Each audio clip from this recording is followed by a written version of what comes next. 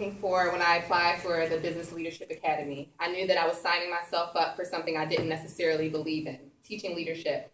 And I learned it wasn't really that, but the opportunity to reconsider leadership, the opportunity to recognize leadership as a skill.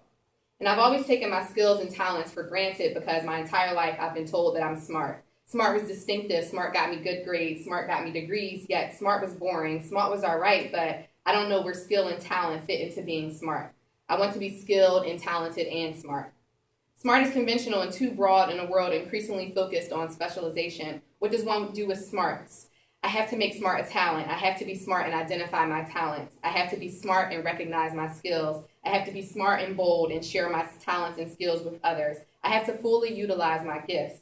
I have to have the nerve to climb upon, to walk my own way, however hard, in my search for reality, rather than climb upon the rattling wagon of wishful illusion, wrote Zora Neale Hurston. I have to create my own reality.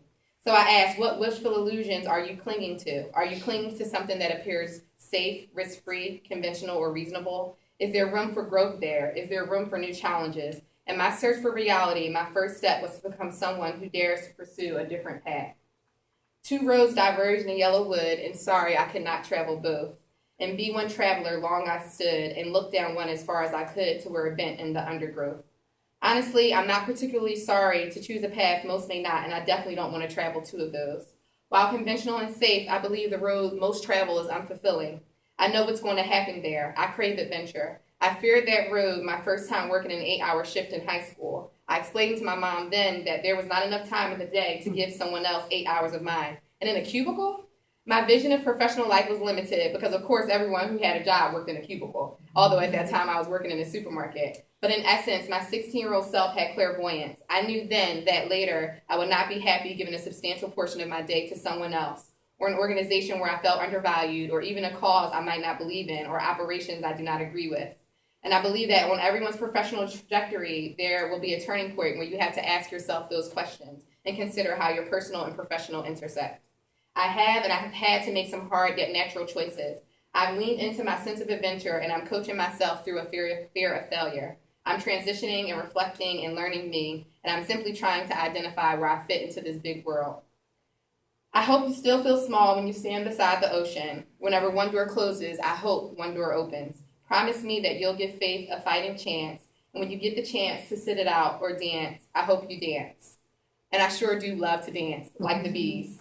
There's a chapter in a book I haven't read that describes the operations of Corporation Honeybee, or simply a beehive. The takeaway is that a depressed worker bee can become a free-spirited wanderer bee and lead her hive from failure through the waggle dance. Yes, I've extremely simplified the concept. She dances because she knows that she is onto something great, in the bee's case, critical.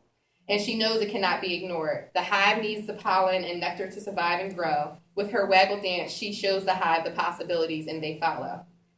Dancing got me through the winter. I was willing to quit, eager actually, but instead I danced and finished. I shined and made the hive shine. For myself, I created a space of agency where I felt simultaneously trapped. Yet I kept on.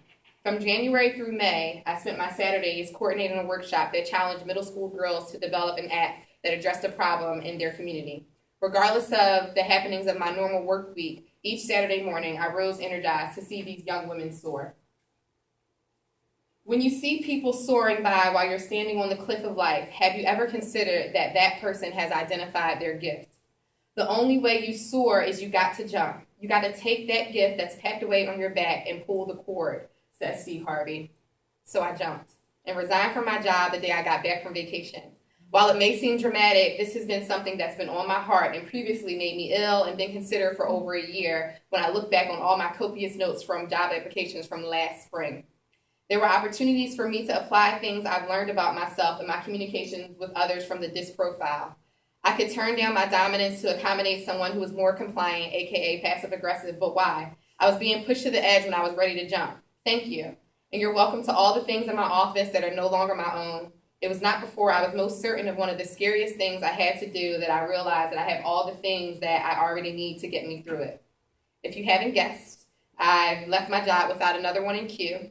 I abandoned conventional wisdom. I did not make myself available to the advice of others the day I woke and decided that today was that day. I trusted my gut, I'm trusting myself, and I'm trusting that my gift will make room for me.